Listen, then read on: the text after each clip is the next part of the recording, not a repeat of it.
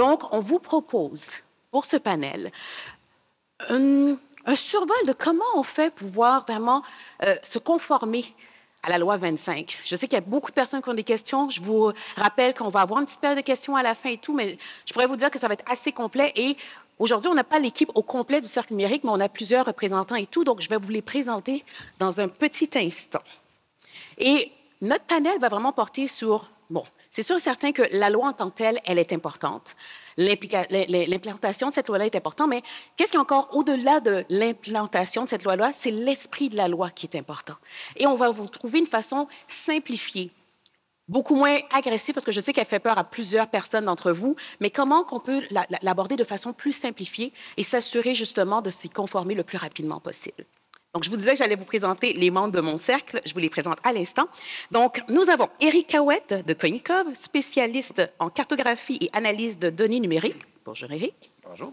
Nous avons Philippe Chevalier de SAR-X, détective privé en cyberenquête et en cyberinvestigation. Bonjour. Hello, Philippe. Maître Jean-François Latreille de Dubé-Latreille Avocat, donc avocat spécialisé en droit de la vie privée et conformité de la loi 25. Bonjour. Ça sera JF pour moi. Et Hugo Lambert de LPR Technologies, consultant senior en infrastructure et cybersécurité. Hello, Hugo. Et notre dernière, mais non la moindre, on a des filles dans le cercle numérique en passant. Aujourd'hui, j'en ai juste une. On a Emeline aussi qui fait partie du cercle, comme ça, mais je suis contente d'accueillir Anne dans notre grande famille du cercle. Anne Martel de Alcor et Mirza, spécialiste dans l'accompagnement stratégique et la gestion de portefeuille d'assurance et de dommages, qui est une question qu'on ne parle pas assez souvent. Donc, j'imagine que vous allez avoir des questions pour Anne. Ouais, Madame, monsieur, merci d'être avec nous pour ce panel. Merci. Ça va être un 40 minutes intense, je vous le dis d'avance. On parle de la loi 25 depuis le début. On en parle depuis longtemps. Elle a été implantée à partir de septembre 2022. Mais si on ne se conforme pas, ce serait quoi les grandes conséquences à anticiper en cas qu'on ne se conforme pas? Puis je vais commencer avec toi, JF. Mais dans un premier temps, il a été porté à ma connaissance, il y a à peu près 2 semaines, que la Commission d'accès à l'information faisait des descentes à l'improviste dans les commerces pour vérifier leur conformité à la loi 25. Je peux vous confirmer que la Commission d'accès à l'information n'est pas rendue là. Éventuellement, peut-être, ils vont être un petit peu plus agressifs, mais on n'est pas là. Les risques que vous courez actuellement avec la loi 25, il n'y en a pas tellement. En vérité, la pire chose qui peut vous arriver, c'est que vous faites hacker, vous perdez des renseignements personnels et vous n'avez rien de fait au niveau de la conformité. Ça, c'est le premier risque, c'est le plus important. Le deuxième risque, c'est que quelqu'un dans votre entourage, un employé ou un client, fait une plainte à la Commission d'accès à l'information pour non-conformité ou pour ne pas avoir répondu aux droits qui sont prévus par la loi. Et donc, à ce moment-là, vous allez attirer l'attention de la Commission sur vous. Il y a aussi deux autres cas d'espèce qui pourraient survenir. C'est que si vous n'êtes pas conforme à la loi 25, ça peut avoir une incidence sur votre assurabilité en matière d'incidents de cybersécurité ou de confidentialité, ainsi que Anne va vous en glisser un mot tout à l'heure. Le dernier, si vous n'êtes pas conforme, de plus en plus, les entreprises font affaire avec des entreprises qui sont, comment dirais-je, sécuritaires, c'est-à-dire qui n'ont pas des comportements toxiques. Alors, si vous ou vos clients n'avez pas des bonnes pratiques, vous n'êtes pas conforme à la loi 25 notamment, ça risque de vous fermer des portes pour des partenariats, du financement, etc. Là, c'est les 4 risques essentiellement liatrices auxquels je pense. Ça reste quand même des conséquences importantes. Puis, moi, il y a une donnée qui m'est venue et je suis restée quand même surprise. On s'entend, la loi est en vigueur depuis septembre 2022, mais selon les plus récents sondages, il y a seulement 5 des entreprises qui, pour l'instant, sont conformes. Philippe, tu pourrais nous dire à quoi on peut associer cette réticence-là de se conformer, puisque de toute façon, c'est une loi, donc c'est obligatoire. Pourquoi seulement 5 Oui. Oui, ça, Philippe. C'est ça, je fais un doute sur qui tu regardais. J'ai les yeux croches. Toi, Béatrice, penses-tu que c'est correct de tuer quelqu'un? Ça dépend ce qu'il a fait. Non, c'est pas vrai. Alors, ça, c'était pas la bonne réponse. J'ai mon avocat ici. C'était pas scénarisé, là. Non, je pense que ce n'est pas bien de tuer quelqu'un. Parfait.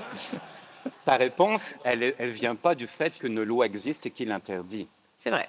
Ta réponse ne vient pas du fait que tu as une connaissance parfaite de l'article 235 et suivant du Code criminel. Tu penses ça parce qu'il y a un consensus social sur la planète entière que c'est pas le bien de tuer. L'assassin se cache, c'est pour ça, tout le monde le sait. Le problème avec la loi 25 et les données personnelles, c'est qu'il n'y a pas le consensus social qui fait qu'on pense que c'est important et utile de s'en occuper. En fait, la connaissance du problème n'est pas là. C'est pour ça que la loi tourne à vide. Quand on était au kiosque tantôt, qu'est-ce qu'on a entendu sur la loi? Ça fait chier, c'est un problème, je veux la contourner, rien à foutre. C'est ça qu'on entend. Et je ne jette pas le blâme nécessairement à ceux qui pensent comme ça, en tout cas dans un premier temps, parce que pas être fou non plus. C'est que quand la loi n'est pas perçue comme utile et pertinente et réglant un problème, ben oui, forcément, ça passe de côté. Et c'est vraiment ça. Et en fait, qui s'intéresse à la loi 25 aux données personnelles? Les gens qui font les panels, les gens qui animent les panels, les gens qui font les solutions et surtout les délinquants et les cybercriminels. Puis nous, au Cercle numérique, ce qu'on essaye de faire, c'est faire vraiment prendre conscience que le problème existe et que la loi n'est pas seulement une lourdeur. Elle l'est toujours. Tout doit être une lourdeur. Tout à fait. Mais qu'elle apporte aussi des choses productives qui font gagner de l'argent. Sinon, les gens vont croire que la loi, elle est inutile, contre-productive et dangereuse.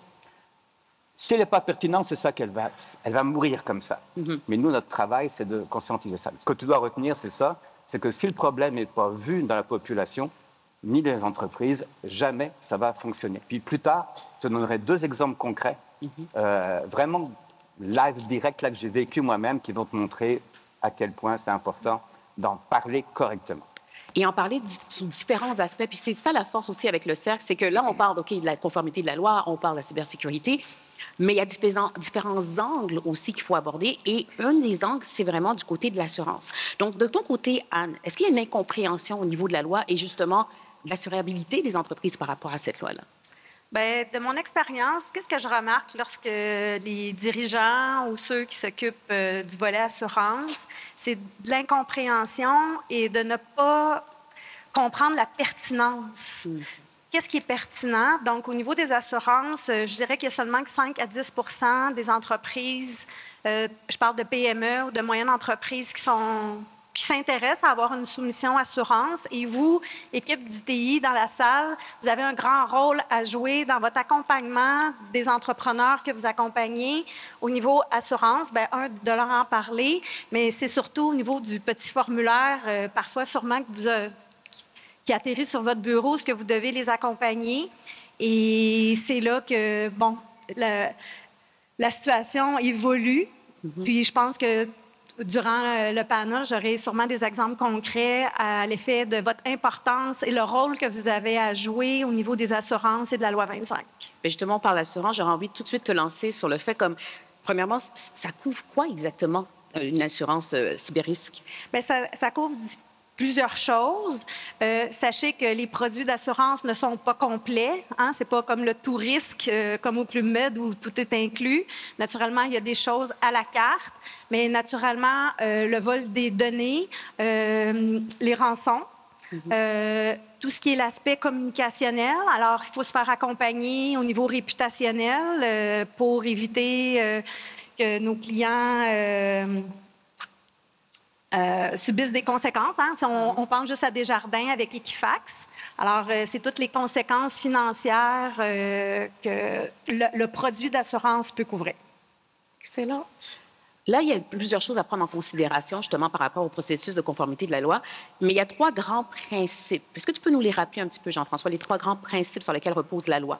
Oui. En fait, la loi 25 a été adoptée pour corriger et pour moderniser les lois qui étaient déjà en vigueur, parce qu'on en avait une belle trolley au Québec, mais elles étaient désuètes. Alors, dans la foulée de tous les incidents dont vous avez entendu parler dans les médias, on a adopté la loi 25 qui repose sur 3 principes, soit les suivants. Le premier, c'est le consentement.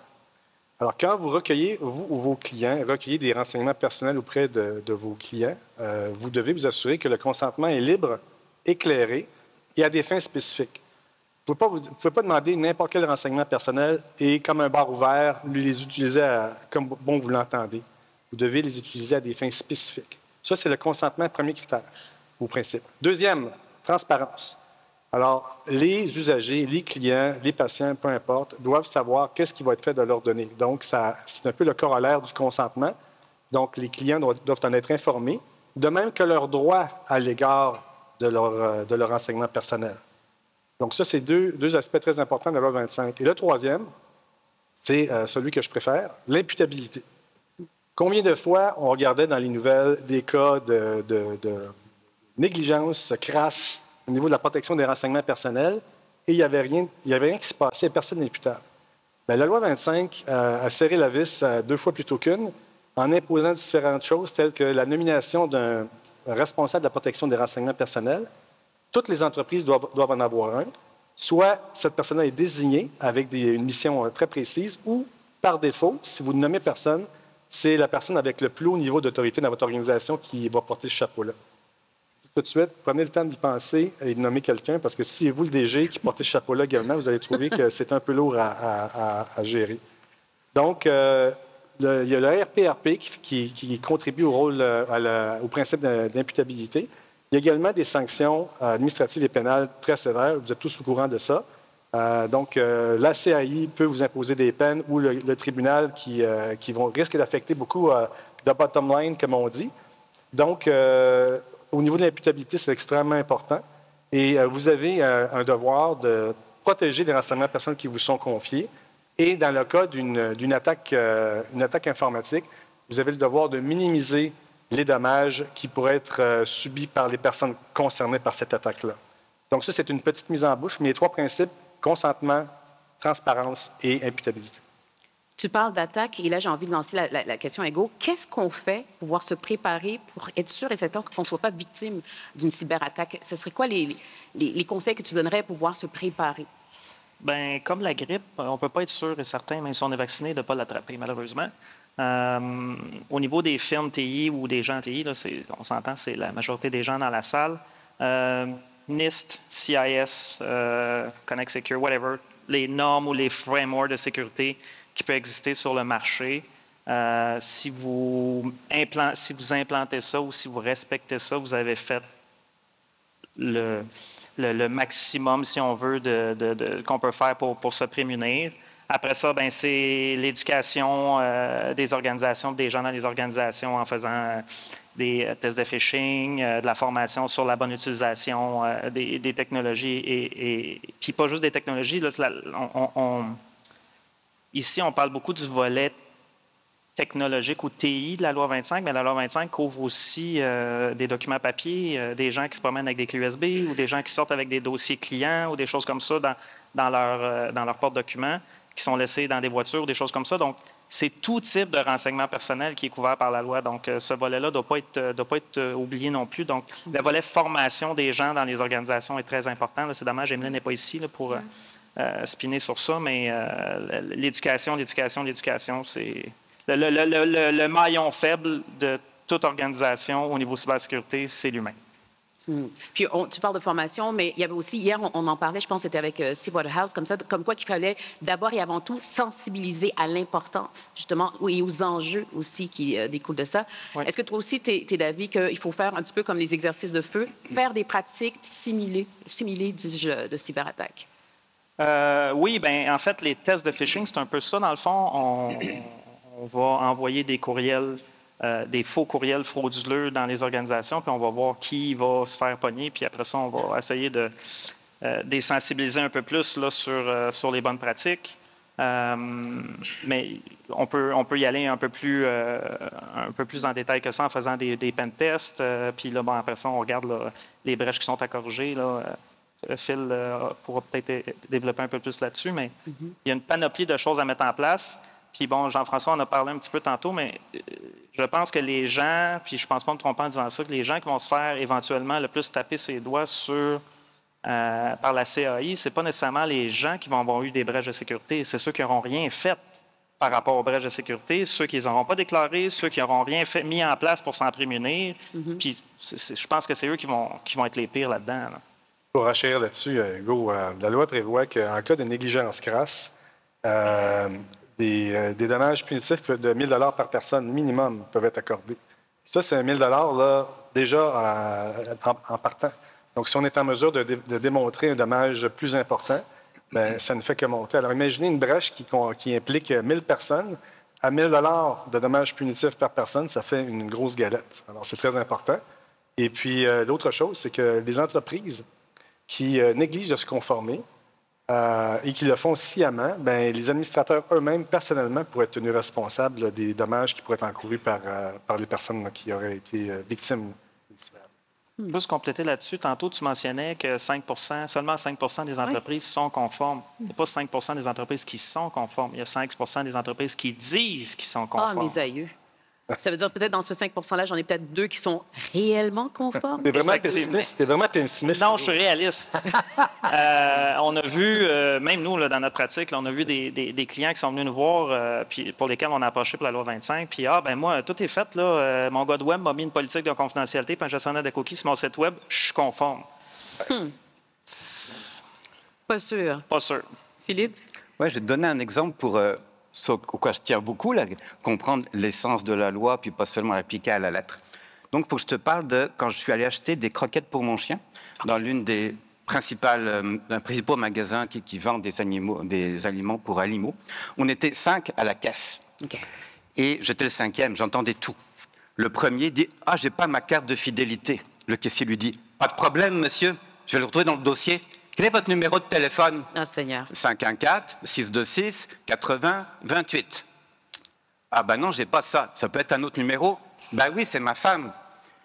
514-924-8-80-12. Ah, je l'ai trouvé, effectivement. C'est Stéphanie Poirier. Oui, c'est elle. Et après, il dit, écoutez, pour la prochaine fois, on peut livrer chez vous. Pas de problème. Est-ce qu'on le livre bien au 4215 boulevard Gouin-Ouest? Oui, c'est notre adresse. Et pour aujourd'hui, monsieur, le reçu par papier ou par courriel? Par courriel. Donc, je l'envoie à Stéphanie Poirier, 123@gmail.com. Ben non, aujourd'hui, c'est moi qui paye. Envoyez-le à moi. Donc, je rajoute dans votre dossier, oui, Pierre Gélinas, etc. Et il s'en va. Tout le monde trouve ça normal. Oui. L'entreprise en question, elle est conforme à la loi sur son site web. C'est écrit. Ça veut dire que la lettre est appliquée, mais il n'y a pas de conscience, c'est quoi des données personnelles. Moi, j'écoute, je regarde regagner son véhicule, BMW X5 2022, un des véhicules les plus volés à Montréal. Je sais où il est où, je sais son adresse, je sais tout sur eux. Je sais même que leur chien n'est pas un problème parce que j'ai vu, c'est du Royal Canin pour chiot, petite race. Il est détective en passant. Il est détective. Et, Pas celle-là.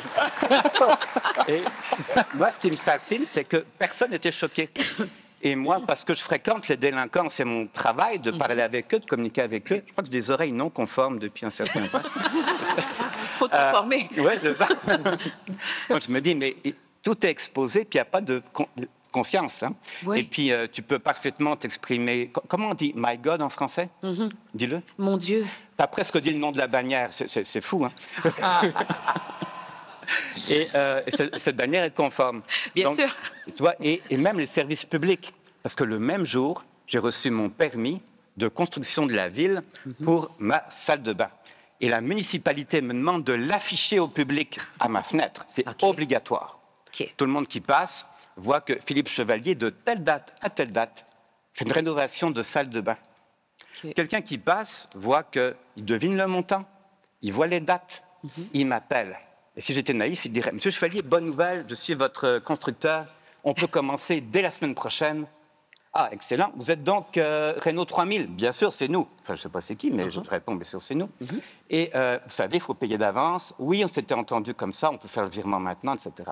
Donc, ça ne concerne pas la loi précisément, mais c'est comment la société perçoit l'absence de problème avec les données qui fait que la loi peut être moyennement efficace. Et le problème d'imputabilité qui était évoqué ici, il est au cœur de ce problème-là aussi.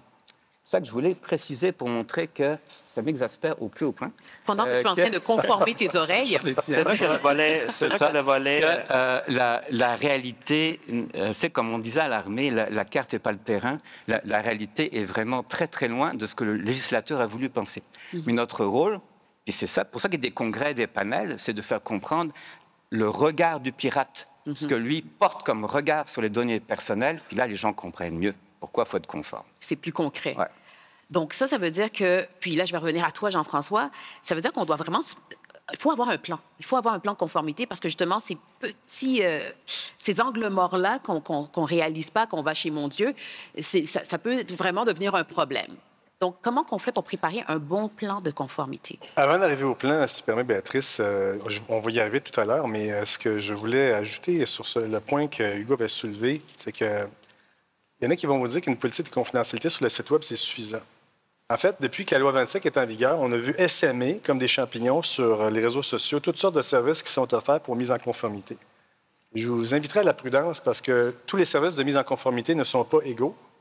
Et il y a beaucoup de gens qui profitent de la situation, de la crédulité et de l'ignorance des gens, des entreprises, pour poser des gestes qui ne sont pas nécessairement dans l'intérêt de ces entreprises-là. Alors, c'est très important que, dès le départ, si vous devez aider vos clients à procéder à une mise en conformité, c'est d'insister sur la nécessité de s'entourer des bonnes personnes. Parce que les PME n'ont pas toujours les ressources à l'interne pour le faire elles-mêmes. Les grosses entreprises, oui, c'est un peu normal. Mais soyez prudents, soyez diligents dans le choix des services auxquels vous faites affaire, non seulement pour la mise en conformité, mais plus tard, vous devez anticiper, lorsque vous allez élaborer un plan d'urgence, que vous devez avoir sous la main des ressources que vous pouvez contacter rapidement en cas d'incident. Parce que, comme vous l'avez peut-être vécu par l'entremise de vos clients, les incidents de confidentialité, les incidents de cybersécurité, ça n'arrive pas toujours au bon moment. Souvent, la veille d'un long week-end, puis le samedi matin, commencer à faire des pages jaunes pour aller chercher des services, le téléphone risque de ne pas répondre. C'est bien important que dans votre liste de ressources, autant pour la mise en conformité que pour les urgences, vous ayez déjà des noms, des numéros de téléphone qui vont fonctionner pour justement répondre à vos besoins lorsque ça compte. Ou vous rendez ça encore plus simple, vous allez sur le site du Cercle numérique et vous allez avoir tous les spécialistes que vous avez besoin sous le même toit. OK, on finit la pub. Donc, on parlait du plan. Mais j'aurais envie de te demander, parce que là, tu as dit quelque chose d'intéressant, donc je vais sauter là-dessus. Qu'est-ce que je devrais poser comme question à la personne qui m'approche pour dire, moi, je peux vous rendre conforme? Est-ce que tu as des pointeurs que je devrais peut-être poser comme question pour m'assurer que c'est quelqu'un qui est légal ou bien qui est legit, comme on dit en bon français? De mon point de vue d'avocat, vous comprendrez que quelqu'un qui vous propose de mettre votre entreprise conforme à la loi 25, et dans la formule, il n'implique aucun avocate, moi déjà, j'ai un problème avec ça. Alors, s'il n'y a aucun avocat d'impliqué dans une démarche qui est a priori légale, bien, vous êtes peut-être mieux de faire un deuxième coup de téléphone. Super. Et là, on va rentrer maintenant dans pas le vif du sujet, parce qu'on en parle depuis tantôt, mais on a dit qu'on voulait leur donner quand même des étapes de base, simplifier le tout. Donc là, on va passer à travers ce qu'on considère les 4 étapes pour pouvoir justement aider la mise en forme de la conformité. Donc, l'étape numéro 1, puis là, je vais aller parce que là, c'est comme, t'es beau sur scène, mais je veux t'entendre aussi, Éric. Donc, la première étape, ce serait vraiment de procéder à une analyse de risque. Donc, qu'est-ce que tu dirais pour cette étape-là qui serait vraiment le plus important, Éric? Le risque est présent de tous les côtés, mais en fait, la connaissance des données, je le vois à 2 niveaux. Le premier niveau, qui est assez simple à atteindre, c'est de savoir qu'est-ce que l'entreprise collecte. Assez simple, on peut lister facilement tel département collecte telle donnée, l'autre département. Ça, c'est clairement établi dans les plans de gouvernance, dans la conformité, qu'on devrait connaître ça. Cependant, est-ce suffisant? Jean-François, tantôt, tu as effleuré le sujet qu'une entreprise pourrait être sanctionnée jusqu'à la hauteur de 1 000 $ par personne affectée par une fuite de données. Encore faut-il être capable d'identifier les gens sur lesquels on détenait des données qui ont été affectés. Donc là, on parle plutôt de la connaissance des données fines. Tout ce qui est plus profond. Arrive l'utilisation et la nécessité d'avoir des éléments technologiques qui permettent d'auditer les données. Est-ce qu'on est en mesure aujourd'hui de répondre à la question « qu'est-ce que je détiens? En quelle quantité? Sur qui? C'est où? Depuis quand? » Très difficile à faire. Sans une technologie, je vois mal comment on peut arriver, surtout qu'aujourd'hui, avec les différentes plateformes, les différents systèmes qu'on utilise de partout dans l'entreprise, les données sont éparpillées. Donc, avoir la vision claire sur tout, pas simple. D'être capable de répondre à cette question-là, dans un contexte où on peut être sanctionné à 1 000 $ par personne, ce serait bien de pouvoir éliminer ceux qui n'ont pas été victimes pour ne pas devoir les indemniser par défaut d'être capable de prouver le contraire. Je ferais peut-être une petite métaphore. Pourquoi c'est intéressant de connaître la donnée fine? Il ne me viendrait pas à l'idée de me lancer dans la construction d'un cabanon sans faire une liste de matériaux. C'est un peu la métaphore que j'applique à la donnée fine. Est-ce qu'on est en mesure de se bâtir un bon plan de gouvernance, une bonne stratégie, un bon plan de conformité sans connaître nos données fines? On doit savoir ces éléments-là. Ça arrive un peu trop loin, normalement, dans la réflexion de la conformité, mais cette connaissance-là, un rapport qui fait état de toutes nos données, c'est la meilleure base pour aller appliquer, prendre des décisions sur la suite de la conformité. Comment on se structure, ça devrait tout être basé. C'est d'abord et avant tout une loi sur les renseignements personnels. Est-ce que ça devrait être au cœur de la question? Tout à fait. Et quand on a une bonne connaissance de nos données, on est vraiment en mesure de compléter des étapes dans le plan de conformité de façon beaucoup plus fluide et simple, parce qu'on a déjà une meilleure compréhension de notre environnement, de ce qu'on détient. Et je peux vous dire, vous seriez étonné, peut-être pas, mais quand on fait des analyses de profondeur en données comme ça, c'est fabuleux ce qu'on découvre. C'est des choses que même l'entreprise n'a pas idée qui détenait sur des éléments qui sont du passé, mais c'est encore présent. Et l'objectif initial de la loi, et là, Jeff, tu me reprendras si je me trompe, c'est d'abord et avant tout de pousser les organisations à nettoyer les données et à se départir des données qui ne devraient plus être là, qui ont terminé leur fin de vie utile. En ce moment, tout est là, tout est en vrac. Et oui, il y a des données qui sont nécessaires à l'opération de tous les jours, mais il y a des données qui, elles ne le sont plus nécessaires. C'est celles-là qu'il faut réussir à identifier pour s'en départir. Et il y a plein de bénéfices. Il y a plein de bénéfices s'il arrive quelque chose, mais il y a plein de bénéfices au niveau, si on parle, exemple, d'une entreprise qui est 100 % hébergée, et on paye à tous les mois la facture d'hébergement, s'il y a 15, 20, 30 % des données, et je vous dis que c'est le cas, qui sont des doublons, des documents doublonnés contenant les mêmes données 35-40 fois qui sont hébergés, parce que c'est super facile avec les solutions Microsoft. Tu doubles, tu triples, tu quadruples, tu multiplies la donnée. Bien, il y a un coût lié à ça pour héberger du doublon.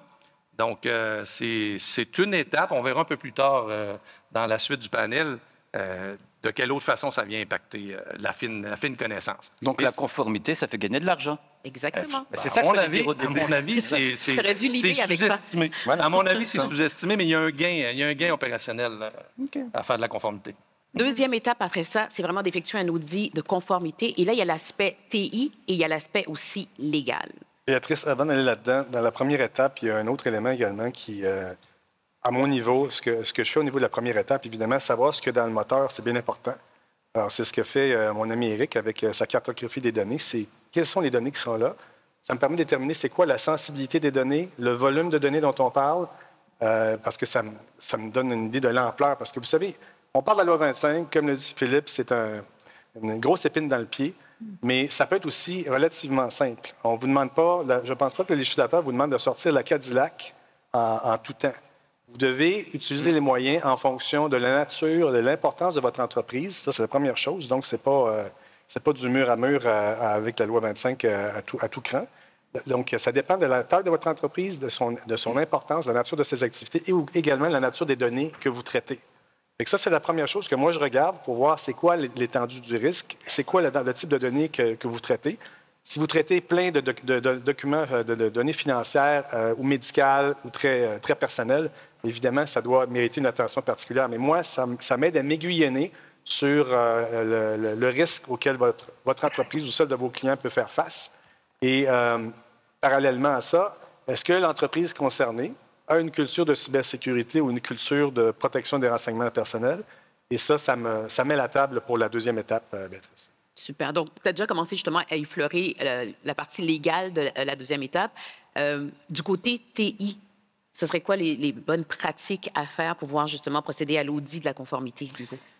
Bien, je pense que ça va y aller surtout avec le type et l'ampleur de l'organisation. On n'aura pas les mêmes pratiques pour un salon de coiffeur, un mom-and-pop shop qu'une société de transport ou une grande entreprise. Donc, puis évidemment, ils n'auront pas les mêmes budgets. Donc, je pense qu'il faut y aller cas par cas, puis faire une posture, dans le fond, une posture TI de l'organisation, savoir où ils sont rendus en termes de maturité TI. Est-ce qu'il y a juste un PC à réception qui n'est pas verrouillé, puis qui n'est pas patché, puis qu'il n'y a pas personne qui s'en occupe, ou si c'est le beau-frère qui s'en occupe, puis qui est supposé connaître ça? Donc, il y a vraiment une évaluation de la posture TI de l'organisation qui est à faire, puis suite à cette évaluation-là, bien là, on va mettre en place un protocole pour le plus possible sécuriser les informations selon, évidemment, la nature de l'organisation puis les budgets. On ne mettra pas les mêmes solutions de sécurité avec la même ampleur selon le type d'organisation. On va l'adapter. C'est ça. Vient ensuite la troisième étape qui est de mettre en place les mesures de conformité. Puis à ce niveau-là, c'est peut-être il faut réorganiser peut-être nos données, peut-être qu'il faut aussi faire un peu de ménage. Tu avais commencé à en parler. Donc Oui. ça, ce serait carrément la troisième étape. Tout à fait. À partir de l'exercice qui a été fait en amont, ben, on peut aller répondre à d'autres exigences de la loi, comme justement ce que je disais tantôt, être capable de faire un ménage, de choisir quelles données vont être à se départir. Puis, ça vient adresser des défis les plus importants de la loi qui sont, à mon avis, le droit à l'oubli, le droit à l'effacement. Ça dépend dans quelle législation on regarde, dans quel pays, là, mais d'être en mesure, est-ce qu'on est en mesure aujourd'hui de permettre à un citoyen qui a acquis ce droit-là de vous demander de faire disparaître sa trace virtuelle dans vos environnements? D'abord et avant tout, il faudrait savoir qu'est-ce qu'on a sur lui. Est-ce qu'on est certain qu'on a tout identifié sur lui? Et il a le droit de le demander. La loi lui permet de le faire. Et on doit répondre à cette demande-là de la bonne façon dans un délai adéquat. Demain matin, je pense qu'il y a beaucoup d'organisations qui vont faire « Oh, ouais, c'est qui cet hurluberlu-là qui me demande de faire ça? » Depuis 2 jours, c'est drôle parce que dans notre kiosque, il y a plein de monde qui sont passés nous dire « On a commencé à avoir des demandes comme ça. » Ça, c'est probablement des gens qui sont au courant de cet aspect-là de la loi, mais ce n'est pas le grand public qui est au courant en ce moment. Donc, je pourrais carrément appeler mon ancienne banque et dire j'aimerais ça que vous vous débarrassiez de façon légale. C'est sûr qu'il y a quand même un encadrement autour de ça. Là. Tu ne peux pas demander ça juste pour le fun de le demander. Puis il y a certaines données historiques dans la transaction que tu as faite avec un établissement que lui doit conserver pour une période X. Mais le reste qu'il n'est pas obligé de conserver, il devrait être en mesure de le faire disparaître. Puis, je te dirais, on n'aborde même pas le sujet de la portabilité qui est en ce moment dans l'année de mise en vigueur, qui, elle, va exiger qu'on puisse remettre à un citoyen toutes les données qu'on détient sur lui. Lui remettre comme... Oui, sur un support technologique, simple d'utilisation, pour ne pas nommer un clé USB, exemple. Là. On lui donne toutes ces données, qu'il puisse connaître ce que vous détenez sur lui. C'est des réels défis techniques. Même en Europe, c'est encore les plus grands défis qui sont techniquement qui sont durs à faire. Puis, ça permet aussi comment je vous dirais bien, la Commission d'accès à l'information, à l'heure actuelle, ont donné le mandat à une firme de préparer la communication marketing pour informer les citoyens sur ces nouveaux droits-là. En ce moment, on a un buffer, comme on dit, puis les gens ne le savent pas. À partir de l'automne, en principe, ça devrait commencer à être communiqué. Et là, il risque d'avoir quelques personnes qui vont sonner à vos portes, pas nécessairement les mieux intentionnés. Est-ce que ça voudrait dire qu'on va avoir un nouveau quart de métier qui va se créer parce que c'est une job en soi, là? Oui. Puis Philippe, est-ce que c'est une bonne opportunité? C'est merveilleux. Écoute, c'est simple. Moi, si j'étais délinquant, ben, est-ce que tu as déjà été délinquant? Parce que je trouve que tu as des exemples un petit peu concrets. Si j'étais délinquant, ce serait merveilleux de me faire passer pour un inspecteur. Quoi de mieux que d'aller chercher de cette manière-là les données personnelles? C'est un réflexe naturel que j'ai, effectivement. Vers la délinquance. Ici, tu as seulement qu'une partie des informations d'une personne qui permettrait d'aller chercher l'ensemble des informations en personnifiant cette personne-là dans une organisation pour qu'ils te fournissent la donnée qu'ils détiennent sur cette personne-là. Tu sais, tu as l'aspect, la peur de ne pas être conforme, créer un stress qui peut être exploité pour « je vous être conforme, donnez-nous vos données, on va vous montrer comment les rendre conformes ». C'est un peu une base de fonctionnement. Puis sur le marché de la donnée personnelle actuellement, donc peut-être c'est intéressant de se tenir à jour par rapport à ça. Les données personnelles des personnes ont une valeur unitaire quasiment nulle, tellement il y en a. Puis c'est pas rassurant de savoir que tes données, les nôtres, elles valent rien, parce qu'il y en a beaucoup trop. Ça se vend par paquet de 300, 500 pour $50. Hein. Sur une mise aux enchères, ce serait pour 300 000 données personnelles de citoyens d'un pays d'Europe, c'était pas tout à fait 1 million. C'était un pays en guerre, donc c'était plus de valeur à cause de toutes sortes de raisons. Et aussi, les données personnelles servent de monnaie parallèle. C'est-à-dire que ça sert de stock de réserve, de monnaie d'échange. Donc, tel pirate en détient 2-3 millions. Donc, il a une valeur et un prestige qui va échanger contre autre chose. Donc, elles ne sont pas nécessairement exploitées. Et quand elles le sont, c'est pour l'usurpation d'identité. Et ça, on entend souvent parler de vol d'identité, mais c'est plus grave, c'est du viol d'identité parce que c'est beaucoup plus intime et ça poursuit pendant des années, puis les conséquences sont quand même énormes. Donc la donnée personnelle, c'est un marché. Il y a des places d'échange, il y a des ventes aux enchères de paquets, puis il y a un vrai enjeu dont on n'a pas conscience nécessairement avant d'avoir goûté à la situation. Et c'est ce qui explique ce décalage sur quoi on avait commencé notre panel entre la réalité de l'intérêt pour la loi et comment on se comporte même dans notre vie de tous les jours par rapport à ça. Et là, c'est sûr et certain que c'est le genre de plat qu'on ne veut pas goûter, mais si malheureusement on y goûte, est-ce que, Anne, il y a des exclusions? Parce que là, on s'entend, on y a goûté et on s'est fait assurer parce qu'on est sûr et certain que c'est la bonne pratique à faire. Donc, est-ce qu'il y a des exclusions que comportent justement les assurances si on goûte à, malheureusement, une cyberattaque?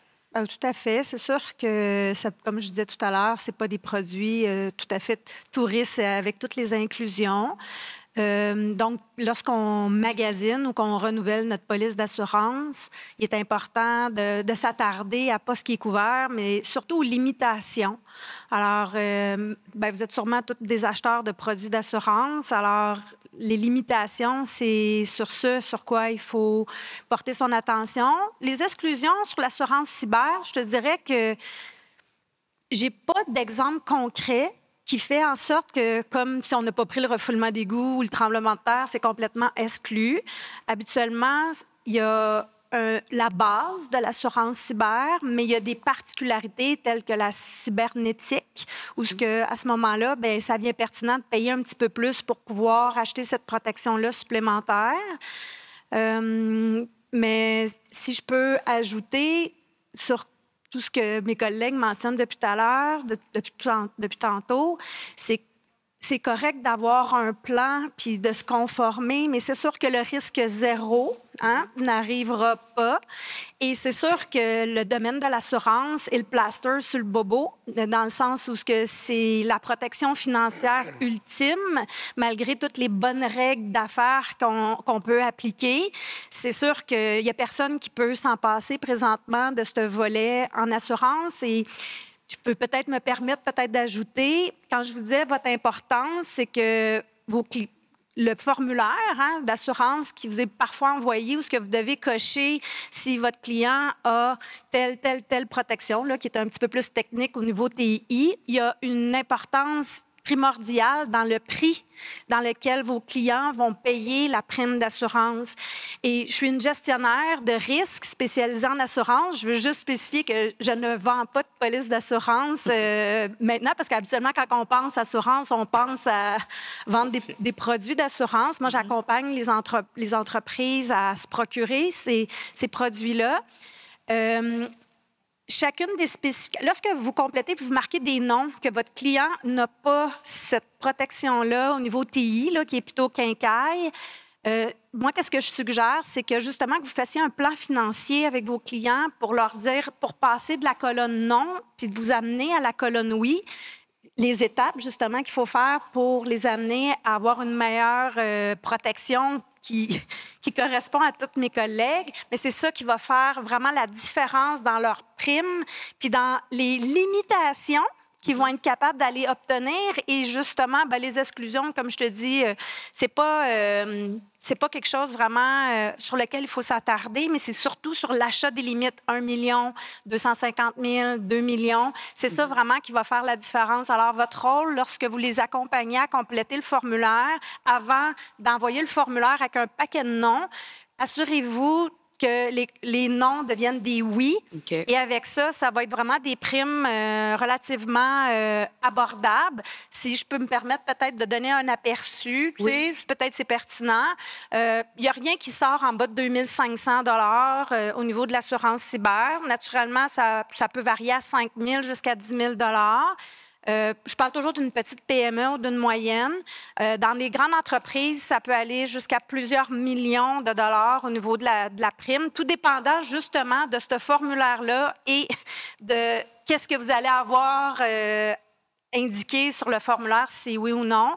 Il y a aussi les firmes externes, les firmes internes, parce qu'il y a des grandes entreprises qui ont leur équipe technique au niveau cyber. Alors, de travailler en collaboration et de pair entre les équipes internes et externes, c'est ça vraiment qui est la solution optimale pour se procurer ces produits-là. Puis pour ceux que vous accompagnez qui n'en ont pas de produits, d'aller faire l'exercice puis ensuite décider si c'est un go ou no-go de la part de vos clients. Je pense que c'est ça qu'il faut mettre de l'avant pour s'assurer que... Ça donne des bonnes pistes, ça. On est bien protégé. Béatrice, j'ai une idée. J'ai une idée. Au lieu de se faire passer pour des inspecteurs de la commission, il faut aller pirater les compagnies de cyberassurance, avoir la liste de toutes les compagnies assurées sur les données personnelles, parce qu'eux, ils vont payer puisqu'ils sont assurés. Alors, nous avons vraiment une belle piste. Il y a vraiment la logique. Juste pour compléter ce qu'Anne disait, notre rôle au TI, là, puis pour les gens dans la salle là, qui ont des firmes TI, puis même les gens qui travaillent à l'interne des organisations, notre rôle quand on aide les organisations à remplir le formulaire TI, c'est pas de dire oui partout quand c'est pas vrai pour que la prime soit le plus basse possible. C'est de vraiment dire la vérité parce que la journée où il va y avoir un breach, la première affaire qu'ils vont faire, c'est qu'ils vont vérifier les réponses qu'on a données sur le formulaire. Puis ça en prend juste une pour dire oh, vous n'êtes pas couvert, merci, bonjour. Mais c'est pas une exclusion, mais c'est une fausse déclaration. Exact. Donc, la fausse déclaration, c'est ça. T'sais, si votre client ne l'a pas, naturellement, il ne faut pas indiquer qu'il l'a ou en devenir. Hein? On a fait le plan, puis on a une intention de l'implanter dans les prochains mois. Donc, entre le moment où le formulaire est complété puis que la réclamation peut arriver, ben c'est sûr que la fausse déclaration peut devenir une exclusion. La plus facile, c'est la question, avez-vous du MFA partout?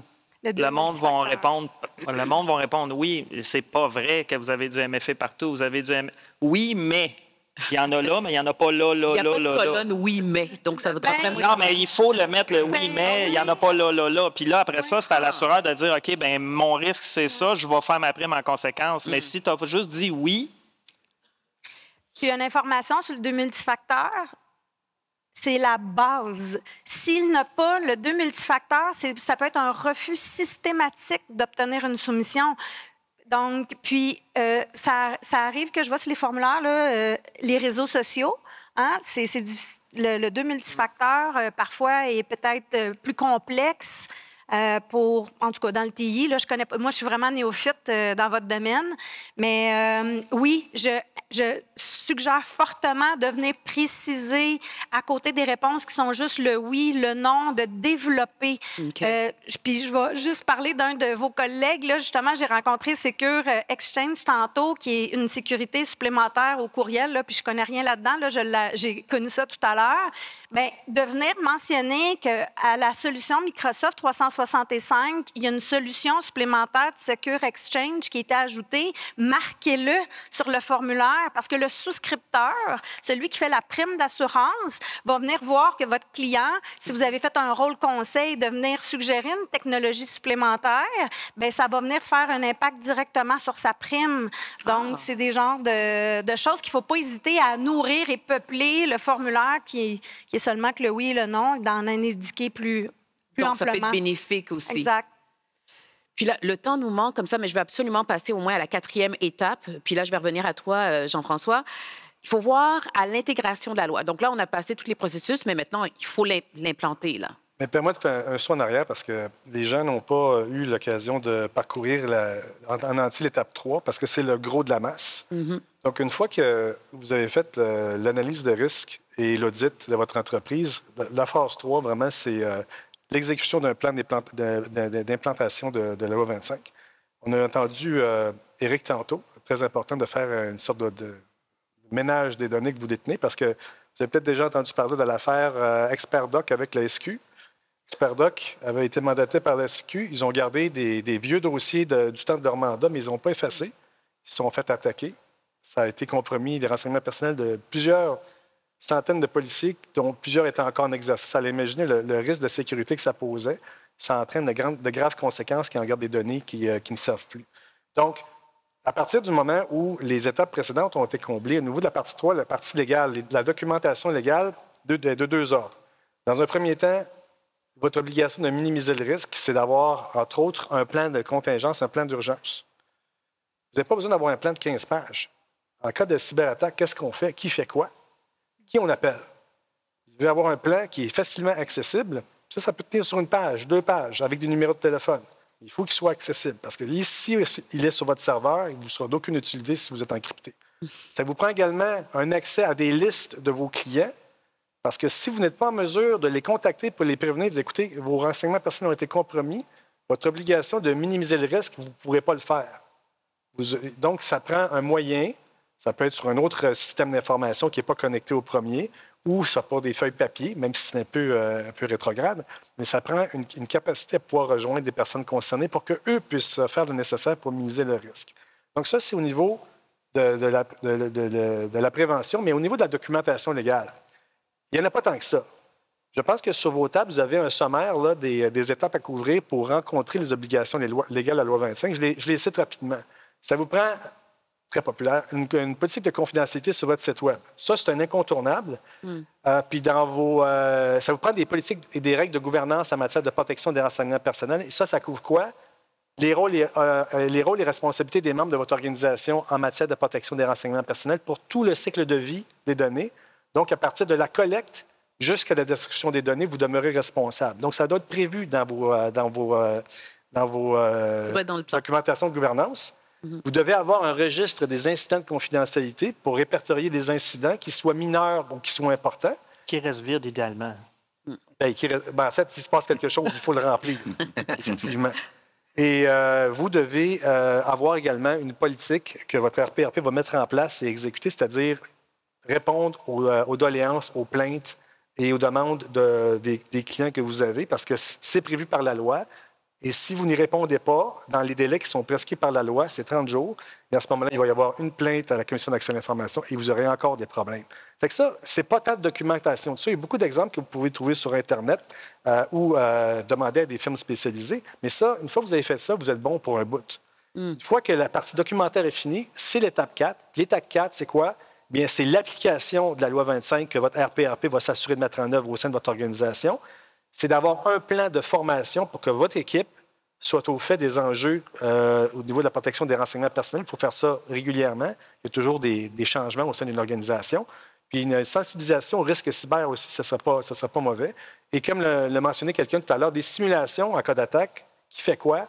Ça, c'est toujours une bonne chose, parce que ça vous rend beaucoup plus résilient pour justement minimiser tant le risque pour votre organisation que celle de vos clients. Grosso modo, c'est ça la loi 25. Qu'est-ce que Jean-François vient de nommer? J'ai oublié de vous mentionner. Au formulaire d'assurance, je suggère souvent d'obtenir un rapport de cybersécurité. Donc, un audit sur le hacking des courriels, le CRM, le site Web. Si le formulaire est accompagné d'un rapport en gestion qu'il y a eu des tests faits au niveau de cyber, ça, c'est un élément vraiment supplémentaire qui va venir faire son pesant d'or sur la prime payée. Alors, le formulaire et un rapport en cyber va avoir un grand impact pour vos clients. Bon point. Je veux avoir le temps de prendre peut-être une ou deux questions, mais je veux quand même passer sur 2 éléments avant de céder la parole. Donc, si vous avez des questions, levez la main. Oh, mes aïeux déjà, c'est bien. D'accord, je vais avoir besoin de Men in Black ici en avant. Mais tu as dit quelque chose d'intéressant, Jean-François. Tu parlais, bien sûr, de l'importance d'avoir un plan de formation. Et là, c'est sûr, Emeline n'est pas là. C'est vraiment notre spécialiste au niveau de la formation. Mais Philippe, si tu pourrais peut-être juste un petit peu nous aiguiller pour nous dire pourquoi c'est aussi important d'avoir un plan de formation. Je pense au caissier du fameux magasin de croquettes. De mon Dieu. C'est représentatif du problème. Puis la formation la plus importante, c'est celle des employés de base, pas en TI, parce qu'ils sont déjà un peu avertis. Il faut que ce soit une prise de conscience, puis c'est pas compliqué, c'est des formations courtes, rapides, ciblées, simplement du raisonnement logique. Okay. Et ça fait partie d'une implantation mais minimale, pas seulement de la loi, mais aussi du bon raisonnement et du bon jugement. Comprendre c'est quoi les données, puis qu'on ne l'écrit pas à travers le magasin. C'est une métaphore, mais quoi que je l'ai vu, j'étais présent. Oui. Mais c'est pour ça que la formation, c'est une nécessité. C'est pas coûteux, c'est rapide à mettre en place. Puis après, tout s'articule très bien. Ce que disait très bien Éric, c'est que pourquoi prendre des précautions et appliquer la loi, se protéger, si on ne sait pas où elles sont les données, ni quelles données on a. Donc c'est également un incontournable. Mais en première ligne, il faut avoir une prise de conscience. Cartographie, formation, prise de conscience. Oui, ça commence à être important. Puis Béatrice, je vais ajouter, le volet formation, encore au niveau assurance, ça a un immense impact parce que c'est bien beau tout protéger la quincaillerie, là, hein? On parle je vous ai parlé des courriels, le CRM et le site Web, mais les assureurs sont très au fait que c'est l'humain qui est l'erreur principale, l'erreur humaine qui fait en sorte qu'il va y avoir un hacking. C'est dans le formulaire encore, super important. S'il y a la formation avec les certifications, ça a encore un grand impact. Emeline fait des formations présentielles ou virtuelles, mais il existe aussi une entreprise ou des entreprises qui offrent des formations virtuelles. C'est des plateformes où ce que l'employé peut, à sa guise, là, faire des formations. Visite tout l'ensemble de l'œuvre de la cybersécurité. Alors, c'est super pertinent de parler aussi de ce volet-là parce que c'est la porte d'entrée, dans le fond, l'humain. Est-ce qu'on ferait des formations comme dès que l'employé entre en service ou bien on ferait ça chaque mois? Ce serait quoi une bonne recommandation? Des formations continuelles? À l'entrée et répétées. Oui. À l'entrée et répétée? Oui. L'éducation, on le dit, l'humain, c'est le maillon faible de toute la chose. Puis l'exemple que Philippe a donné là, du préposé dans un magasin, le système TI a beau être sécurisé, si tu as un humain devant l'ordinateur qui vient dire à voix haute les renseignements personnels, je veux dire, c'est ça la brèche là, dans ce cas-là. Là. Oui. C'est pas une brèche TI, là. C'est une brèche de sensibilisation de quelqu'un. C'est une question de logique. Hein. On a dit à l'entrée, en poste, mais aussi à la sortie. Quand l'employé est congédié et mis dehors, il part avec quoi? Avec quel accès, quelles données, Donc, tout est une question de logique et de prise de conscience. Et ce n'est pas seulement une question de TI, mais je le sais que les données qui disparaissent avec l'employé, qui part avec tous les secrets de l'entreprise, c'est quand même pas rare. Alors, tout ça, ça en fait partie, de même que le test d'intrusion, qui doit être court, ciblé, réaliste. Ce n'est pas la Corée du Nord, ce n'est pas la Chine à chaque fois. Mais ça permet, si tu vois une maison, tu frappes à la porte, tu vois jusqu'où tu peux aller.